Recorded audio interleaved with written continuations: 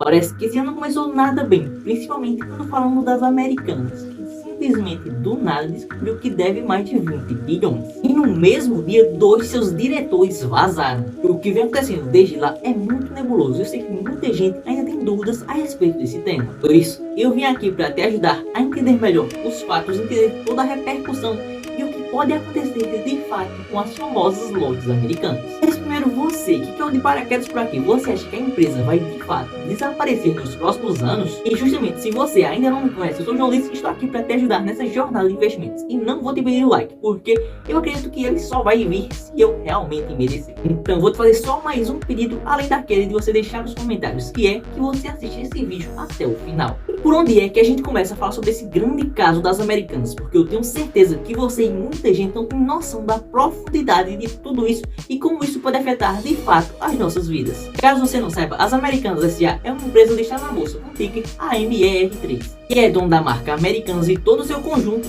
além de Submarino, Shoptime, Digital e várias outras empresas correlacionadas, tendo lojas express, alugando grandes fundos imobiliários, empregando mais de 44 mil funcionários que são famílias, além de ter vários investidores espalhados pelo mundo todo, até porque estamos falando de uma empresa quase centenária, nascida em 1929. E sabe aquele ano que na virada você diz, esse é o meu ano, mas justamente o 11º dia você torce para ele acabar? Bring back my time machine! Bom, foi mais ou menos assim que começou a história das Americanas, porque no ano passado ela não performou tão bem assim e acabaram chamando o Sérgio Rial, um executivo muito renomado com passagem no Banco Santander e por toda a sua trajetória muito respeitado. Nesse ponto, muita gente começou a ver perspectiva no futuro da empresa, assim, muitos compraram os papéis e as ações se valorizaram. Só que, após renovar as esperanças de alguns investidores no papel, o executivo que assumiu no dia 2 de janeiro só duraria até o dia 11, quando ele, como autoridade da empresa, emitiu ao mercado um fato relevante e descobrira inconsistências financeiras na empresa na faixa de 20 bilhões de reais.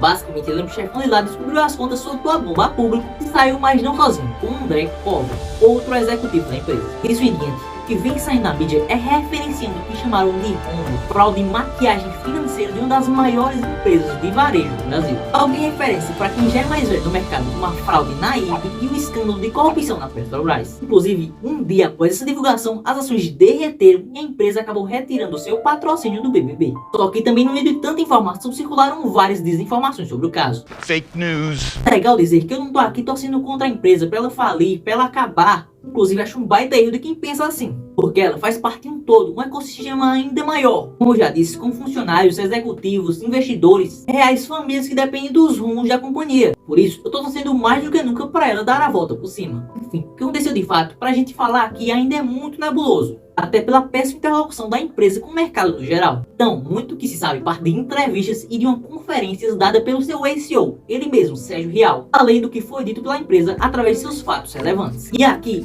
hoje, diferente do que muitos na mídia estão falando, não dá para se falar que se trata de uma fraude, muito menos maquiagem ou manipulação de mercado, apenas inconsistências financeiras. E eu sei, quando eu falo esse termo, acaba diminuindo o peso da situação, mas o fato é que hoje é um baita roubo para uma empresa que tem um valor de mercado de menos de 13 bilhões. Bom, o que aconteceu aqui, o que a empresa fazia é comumente chamado de risco sacado. Ela basicamente comprava os produtos que iria revender com os fornecedores com prazos de pagamento de 30, 60 a 90 dias. Só que o plano deles era pagar mais rápido e mais barato. Assim eles buscavam antecipar o pagamento, financiando essa operação com a ajuda de bancos, ficando por consequência em dívida com os bancos, que claro, tem atrelado a eles os juros. E até aqui não tem nada demais, essa até é uma operação muito comum em empresas. A questão é que na hora de colocar no Excel, na planilha, na contabilidade, eles colocavam as dívidas com bancos, ou seja, as dívidas financeiras, como se fossem dívidas com fornecedores. O que em primeiro olhar não parece nada demais, afinal dívida é dívida, né, João? Só que dívidas financeiras acabam tendo impacto nos juros e na avaliação da empresa, porque na hora que os bancos vão analisar um empréstimo, eles, claro, investigar muito bem para ver se não tem risco de sofrerem calote, indo principalmente se a companhia tem dívida com outras instituições financeiras. O que também ocorre com os investidores na hora que eles vão avaliar o risco de uma certa empresa quebrar.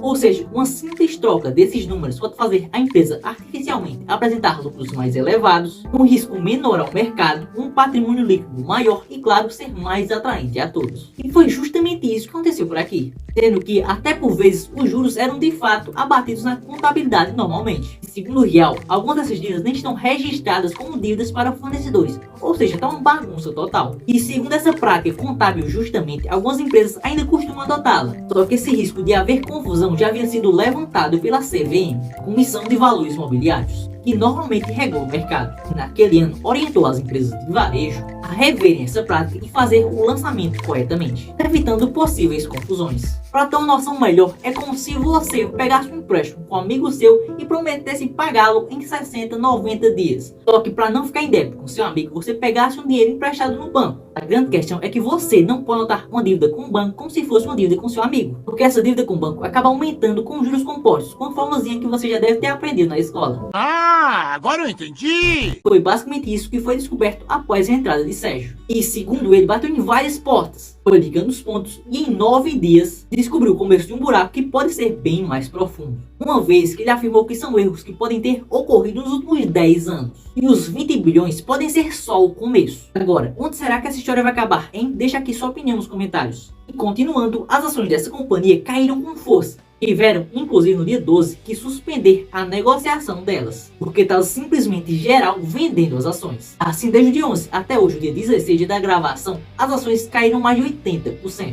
Mas, ao que parece, a repercussão não para por aí. A empresa, que era uma das maiores patrocinadoras do BBB, deixou o posto e foi substituída. Em seguida, a própria entrou com urgência com pedido de tutela cautelar, para justamente o Tribunal do Rio de Janeiro proibir a penhora de seus bens. O pedido acabou sendo concedido. Ou seja, nenhum banco pode, nos próximos 30 dias, requerer o pagamento imediato das dívidas da empresa. Ela ainda tem o direito de iniciar o processo de recuperação judicial nesse período. Mesmo assim, o BTG e alguns outros bancos não curtiram nada a ideia e querem recorrer alegando fraude. E a empresa, que já vem sofrendo um baque absurdo, viu grandes agências classificatórias de risco reduzirem o seu rating, ou seja, basicamente alertando o mercado no geral de um risco de calote.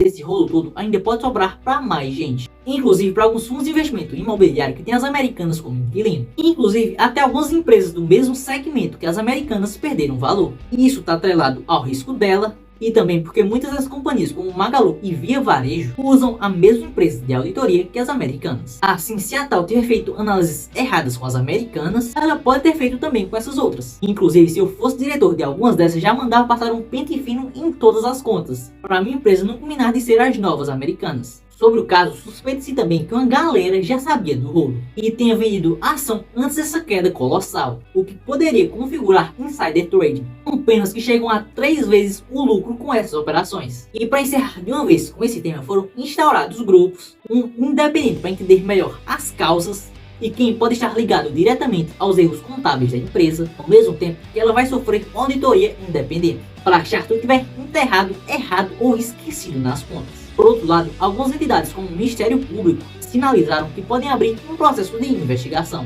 E existem até burburinhos no mercado de autoridades pensarem em instituir uma CPI das Americanas. Então, uma coisa é fato, esse caso não será encerrado tão cedo. Tem muita água para rolar e, como eu disse, o que sabemos ainda é muito vago, baseado principalmente nas falas do CEO, que durou apenas 9 dias. E a pergunta do milhão que vai ficar é: será que a empresa vai quebrar?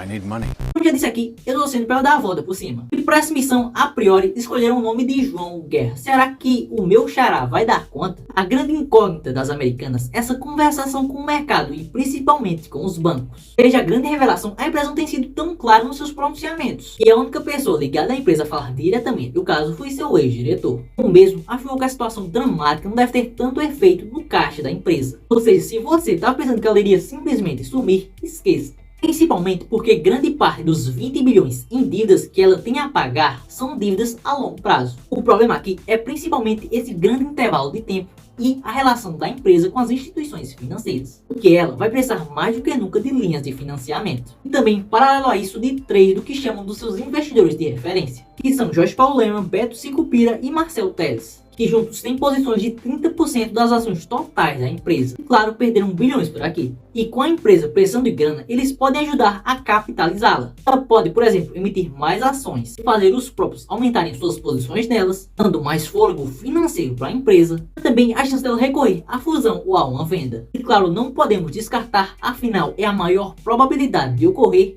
que ela passe por uma recuperação judicial.